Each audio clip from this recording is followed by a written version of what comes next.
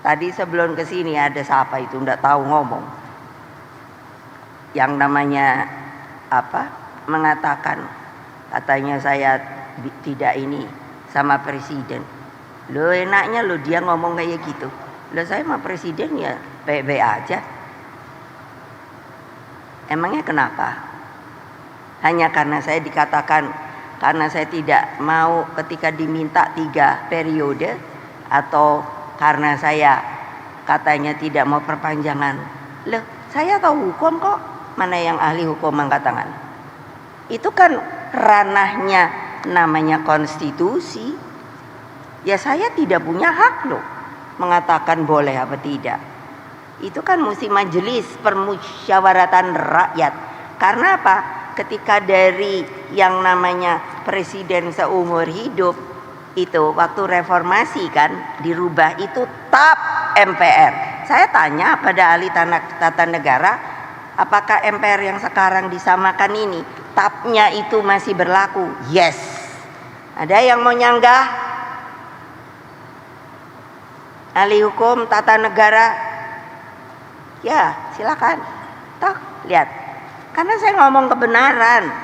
Saya nggak mau republik ini rusak, dan rusaknya oleh kalian sendiri, orang Indonesia yang sudah tidak merasa lagi yang namanya kita harus bergotong royong, harus kekeluargaan, tidak ada lagi yang namanya Bhinneka Tunggal Ika. Gimana ya? Terus kalian mau jadi apa? Elit aja. Wah, kalau udah dibilang elit luar biasa. Kalian tidak punya nurani, kalian tidak punya etika, kalian tidak punya moral. Ayo pikir bapak-bapak, ibu-ibu terhormat. Apakah begitu sekarang Indonesia Raya itu ada makhluk-makhluk manusianya? Saya nggak bisa kalau terus nggak boleh ngomong bu, nggak boleh ngomong. Enggak, saya punya mulut. Hak saya untuk berbicara kalau mengakui negara kita adalah negara demokratis. Tolong diingat, kebetulan nih, karena saya tadi udah dari kemarin saya udah minta siapa aja sih PJ-PJ-nya yang datang, gubernurnya siapa aja sih? Ya, karena saya ingin ngomong seperti ini. Tidak tahu sadar apa tidak, nanti akan kelihatan. Karena apa? Di dalam Undang-Undang Dasar Republik Indonesia tahun 1945, setiap warga negara mempunyai hak yang sama. Kalau saya salah ngomong, tidak laki, tidak perempuan. Jadi artinya jangan ya macam-macam. Ya dong, gimana sih udah diberi hak yang sama? Tidak ada dari presiden sampai kaum papa, haknya sama. Ingat, begitu juga dalam pemilu langsung haknya sama. Jadi berikan kepada rakyat hak mereka. Jadi kalian, saya minta sungguh-sungguh jangan tidak netral. Jangan tidak netral. Saya akan tahu kok. Tapi saya gini loh. Saya elus dada saya. Saya elus dada saya.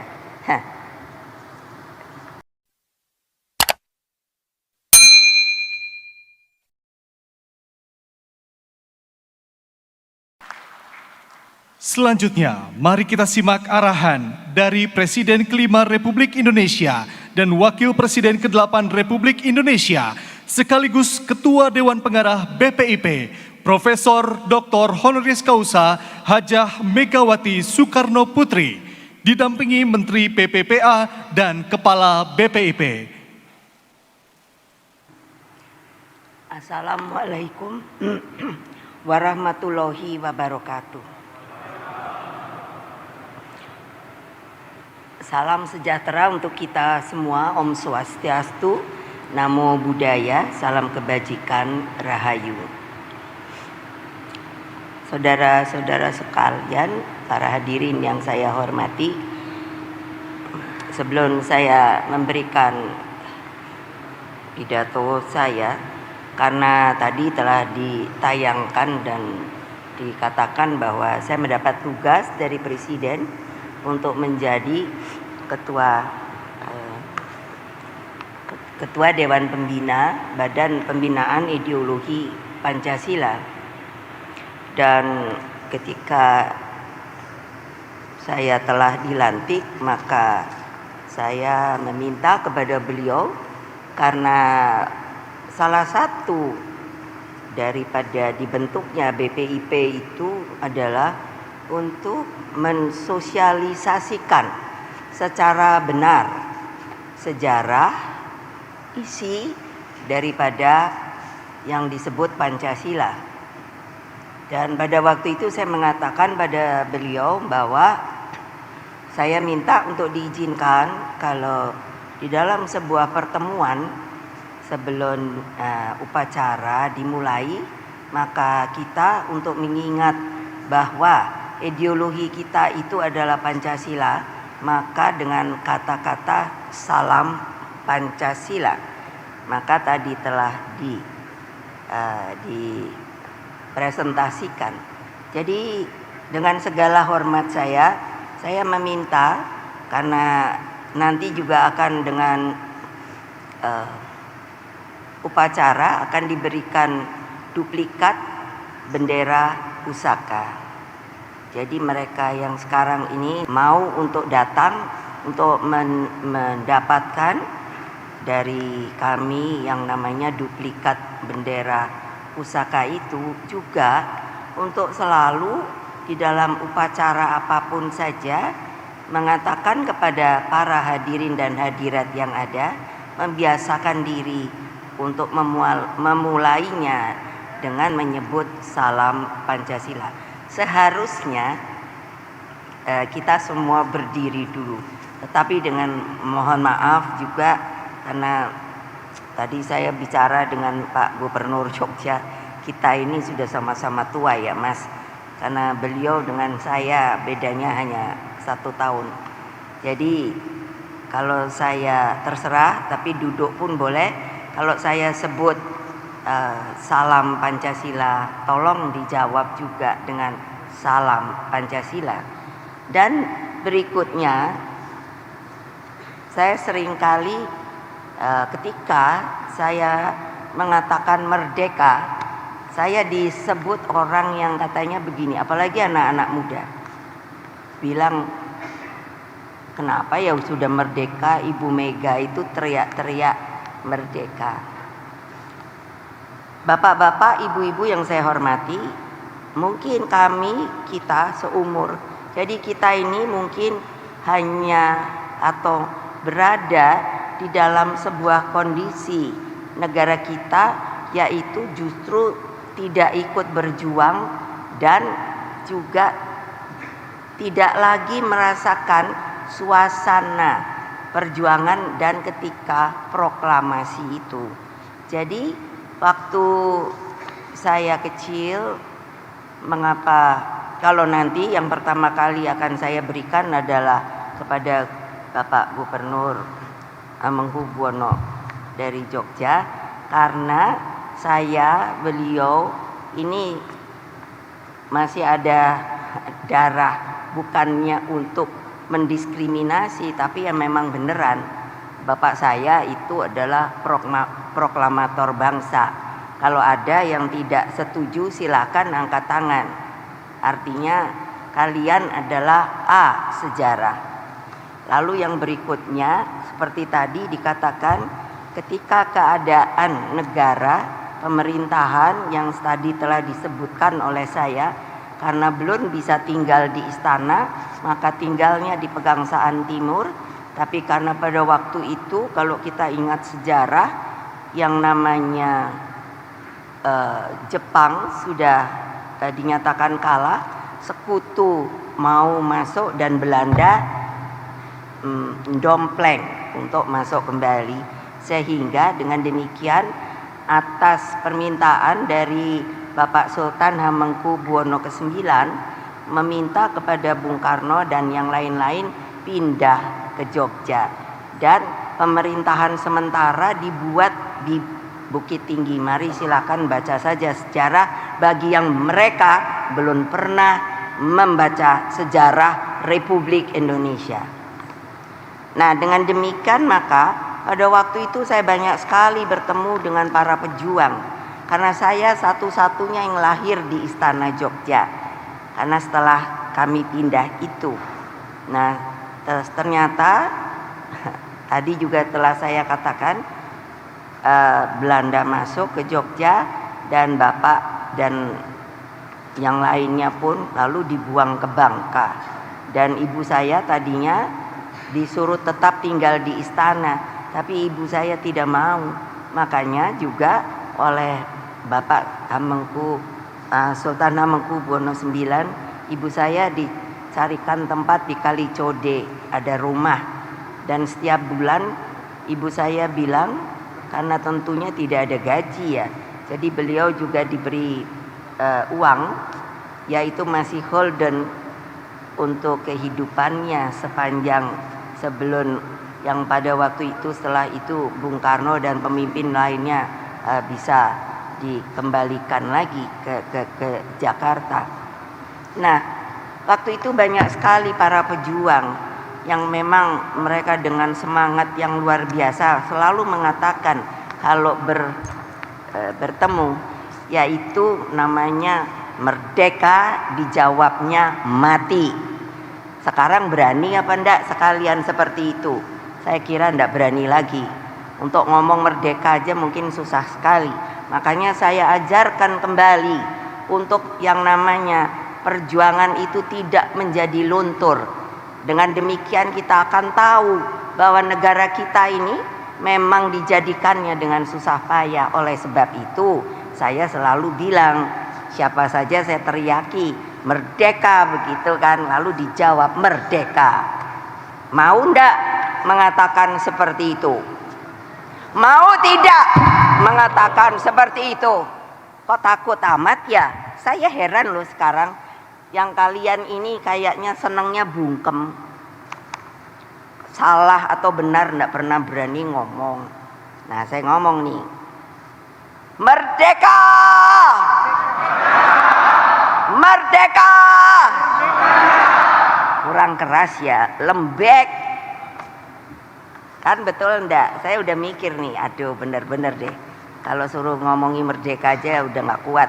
Loh, saya aja udah tua gini masih teriak-teriak. Mau coba lagi apa enggak? Mau coba lagi apa enggak? Lihat anak-anak itu, saya beri mereka semangat supaya kembali menggelorakan bahwa negara kita ini adalah negara yang merdeka, berdaulat, dan didapat dari rasa kemerdekaan. Merdeka! Merdeka! Merdeka! Kan bisa kan? Lah, soalnya apa? Heran saya. Sekarang mereka pejabat tuh terlalu formal saya lihat. Kadang-kadang saya sampai aduh, kalau saya datang ke depan lagi kan selalu presiden ke-5 tadi disebutkan, wakil presiden ke-8. Saya sendiri kok lupa ya, saya pernah juga wakil presiden. Karena terlalu sekarang itu saya bilang pada senior-senior saya, pada Pak Tri Sutrisno, mereka ini sekarang para pejabat elitnya terlalu merasa nyaman, tidak lagi mau tahu apa yang akan terjadi pada negara ini. Itu kenyataan loh saudara-saudara. Aduh, makanya anak-anak itu kalau sekarang saya lihat keren-keren, tegap-tegap, tapi kelihatan auranya nggak melempem gitu. Betul loh, karena saya bilang pada Mbak Rima, wakil ketua, gembleng Mbak dia. Kalau itu nggak kelihatannya tidak bagus, out.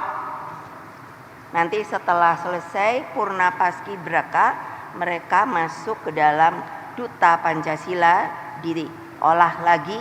Itulah yang akan menceritakan sejarah Indonesia bagaimana menjadi adanya ideologi Pancasila dan lain sebagainya. Karena kalau bukan kita sendiri yang menyayangi negara ini, yang mau berbakti pada negara ini, pada republik ini, pada bangsa ini, lalu siapa? Jangan dipikir tidak akan bisa yang namanya perang itu kembali. Silahkan lihat sekarang. Saya mengikuti terus yang namanya geopolitik. Keadaannya bisa saja. Ini Bapak dari Angkatan Laut. Yes. Coba bayangkan. Kalau nanti, kalau kita melempem, kalau one day, I don't know. Tapi saya berharap jangan. Ya, ini nanti karena apa? Suasana di Timur Tengah saya perhatikan, mudah-mudahanlah tidak akan bisa melebar. Nah, tadi telah disebutkan siapa sih yang bikin bendera, yang disebut bendera pusaka. Lalu kenapa sekarang harus jadi ada duplikat? Karena bendera pusakanya sudah tua dan disimpan. Saya sendiri sebenarnya tidak begitu mengetahui apakah ditaruh di Monas, karena rencana bapak saya membuat Monas dulu itu adalah karena ingin menaruh ada namanya ruang hening. Ruang hening itulah nanti ditaruh di situ. Dan saya juga ingin meminta bahwa ternyata ketika saya dijadikan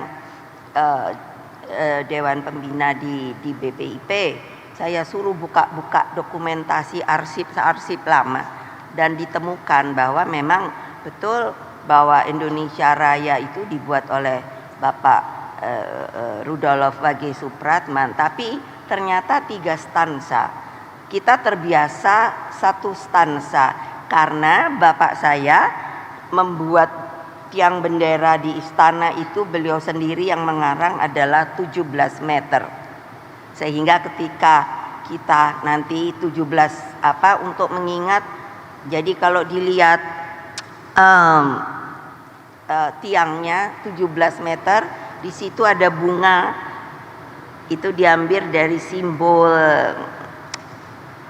bunga teratai, kelopaknya itu 8. Nah, itu 17.845. Jadi dengan demikian maka ketika menyanyikan lagu Indonesia Raya ternyata hanya bisa 1 stansa. Tapi yang sebenarnya adalah 3 stansa.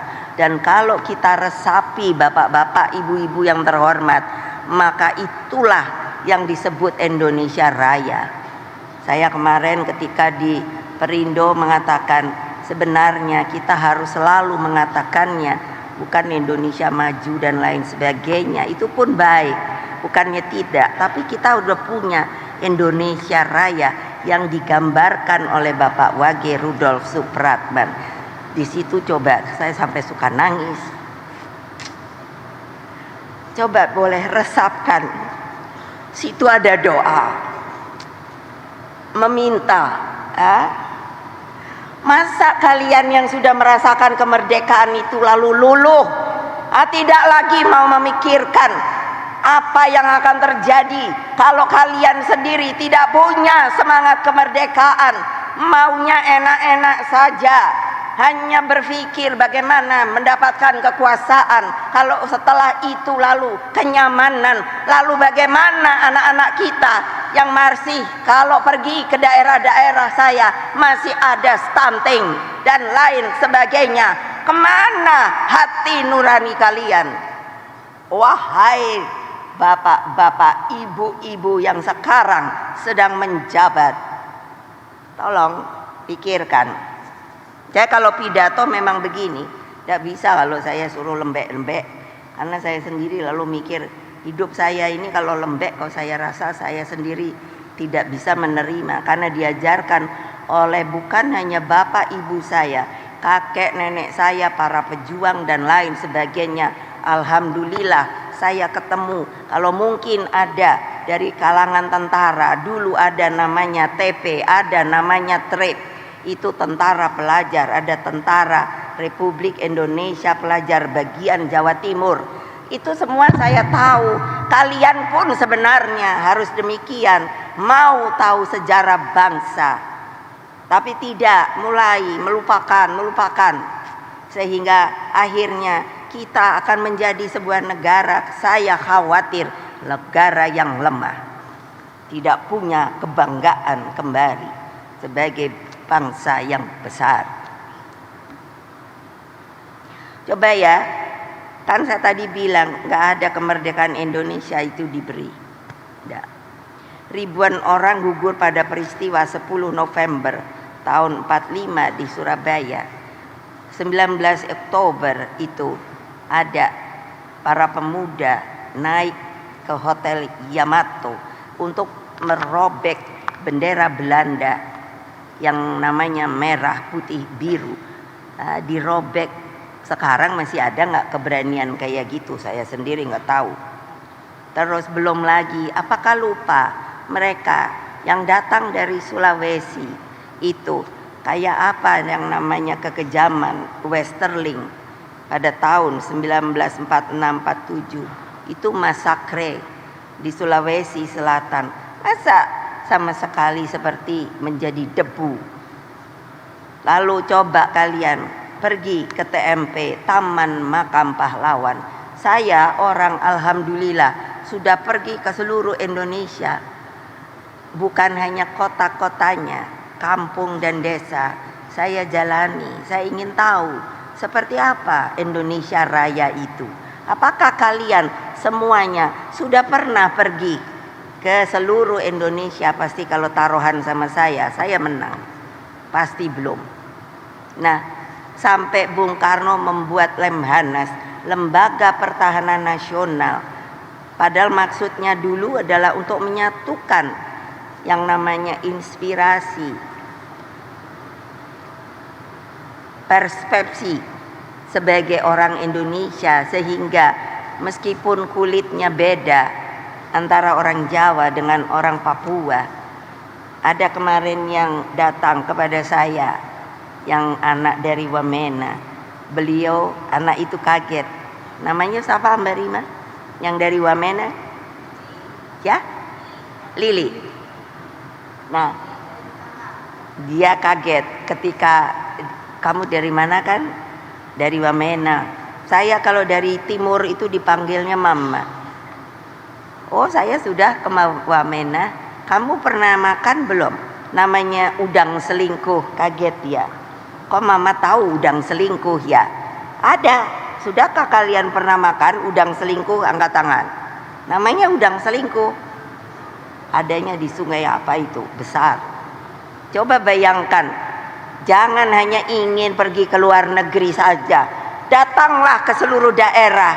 38 provinsi, saudara-saudara. Coba bayangkan. Masa hanya begitu saja tidak mau untuk melihat republik kita yang tercinta? Lalu bagaimana? Apakah hanya ingin mendapatkan kuasa hanya dengan mendatangkan menjadi pejabat? Nonsens, nggak langgeng. Bayangkan di TMP saya bawa anak-anak saya, cucu-cucu saya untuk nyekar. Dan saya suruh cari yang pertama adalah apa? Nisan tanpa nama. Coba boleh dicari. Ada. Sampai mereka, itulah yang saya bikin untuk menimbulkan semangat. Bertanya mereka, kenapa mereka tidak ada nama yang lain? Ada nama. Karena mereka bakti itu tidak bisa dibeli, tidak bisa dijual. Mereka rela berkorban tanpa nama. Silakan. Pergilah ke TMP sini. Kalau tidak ketemu ada. Jadi hari-hari ini di BRIN saya pun diminta untuk menjadi ketua Dewan Pengarah di sana. Saya suruh bagaimana ya untuk melihat kerangka lagi yang mereka tidak bernama. Karena sekarang dengan ilmu teknologi sudah bisa dengan melihat DNA-nya. Tapi lalu mereka bilang, saintisnya, ibu bagaimana mau dicari? Namanya aja nggak tahu. Iya ya, nggak ada yang lapor ya kehilangan anak. Ya itu kan zaman dulu ibu. Aduh sedih saya. Coba bayangkan terus kalian, hanyanya mau menjadi orang terhormat. Boleh. Tapi ingat riwayat mengapa Indonesia bisa merdeka. Saya bilang begitu. Sampai hari ini kalau saya ngomong, saya minta supaya katanya kita berdemokrasi. Siapa yang nggak setuju angkat tangan, catat nama, telepon sini, datang ke saya, diskusi. Nggak ada loh, nggak ada, nggak ada. Nggak tahu nggak berani atau memang mengakui apa yang saya katakan. Bangkitkan kembali yang namanya kesejarahan kita itu. Angkatan laut, angkatan udara. Saya tahu Laksamana pertama adalah Bapak Subiakto. Betul apa tidak? Saya kenal pribadi. Ayo, ceritanya saya tahu. Istrinya adalah Ibu Rahmi. Ibu Rahmi itu siapa? Istrinya Pak Hatta. Saya kenal. Jadi saya bilang sama Mas Hamengku, Mas, orang kayak kita nih udah tinggal berapa Mas yang mengetahui bagaimana membuat republik ini ya? Beliau bilang iya ya Mbak. Lah iyalah, orang sekarang maunya keren aja. Coba bayangkan, KSAU-nya siapa? Pak Surya Dharma, gampang saya ngomong dan ketemu, bukannya enggak. Jadi saya nih apa sih istilahnya, sejarah hidup yang ngelihat sendiri perjuangan itu seperti apa. Bapak saya, bayangin umur 16 tahun loh mulai berpolitik di Jawa Barat. Mana perwakilan dari Jawa Barat, ada apa tidak? Mana? Oh, terima kasih Pak hadir. Bayangkan umur 16 tahun loh Pak, mulai dia berpikir kenapa kok kita dijajah, padahal dia sekolah di ITB dulu, apa ya namanya, sampai kalau sama profesornya bapak saya bilang dipanggilnya apa, Inlander Soekarno, kalau kamu mau pintar cepat-cepat kamu jadi insinyur gitu. Inlander, tahu nggak Inlander? Seperti orang yang Inlander apa ya, tidak diakui. Bayangkan dia sudah tahu keluar masuk penjara, dibuang ND, Bengkulu, Bangka, Perapat. Coba bayangkan, suka miskin itu langganannya. Kalian tidak punya nurani, kalian tidak punya etika, kalian tidak punya moral. Ayo pikir bapak-bapak, ibu-ibu terhormat, apakah begitu sekarang Indonesia Raya itu ada makhluk-makhluk manusianya? Saya nggak bisa kalau terus nggak boleh ngomong Bu, nggak boleh ngomong. Enggak, saya punya mulut, hak saya untuk berbicara. Kalau mengakui negara kita adalah negara demokratis. Tolong diingat, kebetulan nih, karena saya tadi udah dari kemarin saya udah minta siapa aja sih PJ-PJ-nya yang datang, gubernurnya siapa aja sih? Ya, karena saya ingin ngomong seperti ini. Nggak tahu sadar apa tidak, nanti akan kelihatan. Karena apa? Di dalam Undang-Undang Dasar Republik Indonesia tahun 1945, setiap warga negara mempunyai hak yang sama. Kalau saya salah ngomong, tidak laki, tidak perempuan. Jadi artinya jangan ya macam-macam. Ya dong, gimana sih udah diberi hak yang sama? Tidak ada dari presiden sampai kaum papa, haknya sama.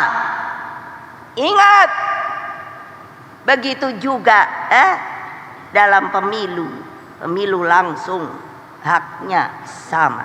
Jadi berikan kepada rakyat hak mereka. Jadi kalian, saya minta sungguh-sungguh, jangan tidak netral. Jangan tidak netral. Saya akan tahu kok. Tapi saya gini loh, saya elus dada saya. Tadi sebelum kesini ada siapa itu nggak tahu ngomong, yang namanya mengatakan katanya saya tidak ini sama presiden. Lo enaknya lo dia ngomong kayak gitu. Lo saya sama presiden ya baik-baik aja.